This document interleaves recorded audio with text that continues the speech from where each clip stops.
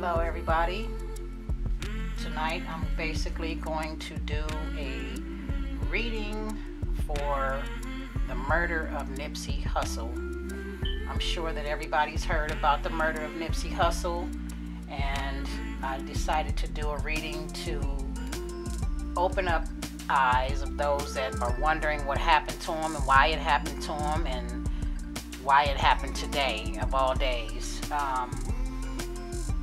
As you guys know, Nipsey was from Los Angeles, where I'm from.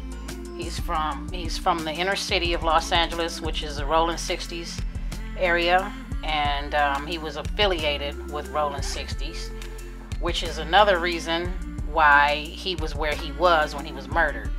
Okay, and he had just opened up a shop, and he died there. So we're gonna get started here. I'm gonna turn over the first card. And this right here, this card is regarding spiritual strength, but it's reversed. So this right here tells me that he was around dark energy. He already knew that he was around dark energy. He already foretold that he was on a spiritual journey, but those that were around him weren't on the same level that he was on. They weren't on the same page that he was on. They weren't on the same journey that he was on. He was actually before his time because he was in the industry, and he was so young. He was also part Eritrean. His father was from East Africa, Eritrea, and his mother was American. So that should tell you alone what he was about. Now this card is the intuition card, and this tells me that he already knew that something was going to happen to him. It's not like he came to the neighborhood and everybody knew that he was coming to the neighborhood. He wasn't that type of person that would just say, okay, hey, I'm coming out to the neighborhood.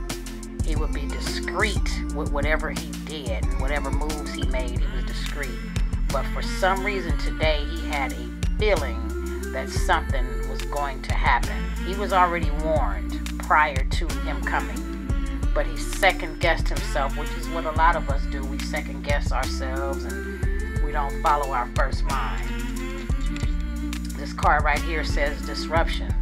So this right here tells me that there was someone that was already probably pissed off, angry, and feeling like they wanted to take something from him because of jealousy. Okay, we already know that the rappers are dying, and rappers have been dying in the past. This is nothing new, but a lot of rappers in the industry always end up getting killed, and it's 90% of them are by somebody that they know, okay, or somebody that's close to them. So this right here tells me that he had disruptions in what he was already trying to do, okay.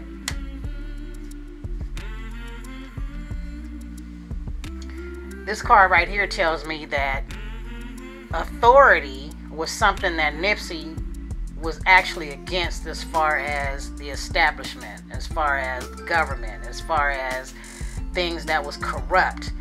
He was into making what was wrong right. He was in the process of making what was wrong right, and to show people that are in power were also corrupt.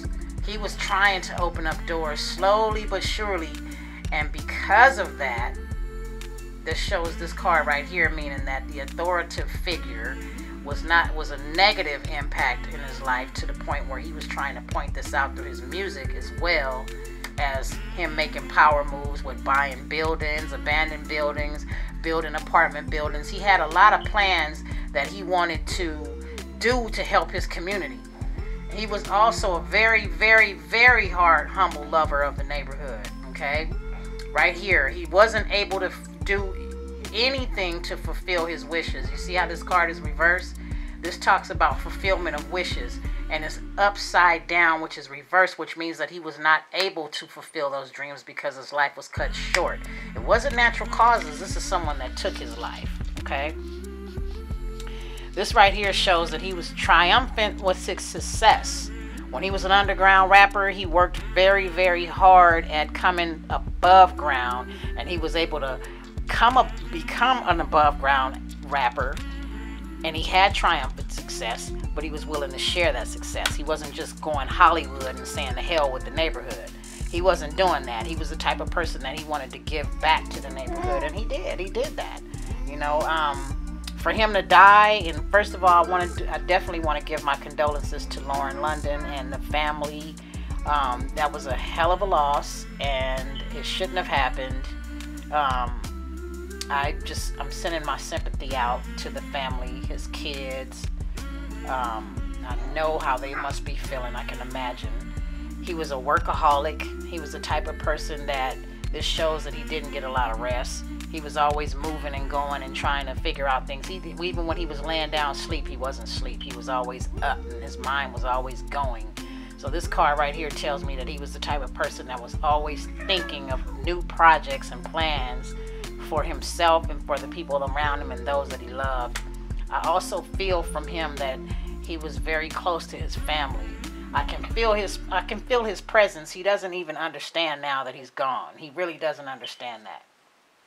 This right here shows that he's caught in between this world and the next world because he wasn't ready to let go. He didn't want to leave his children. He definitely didn't want to leave his girlfriend or his fiance or his wife, or we're going to call her his wife because they've been together for a long time. So he didn't really want to leave his wife, and he didn't want to leave his children.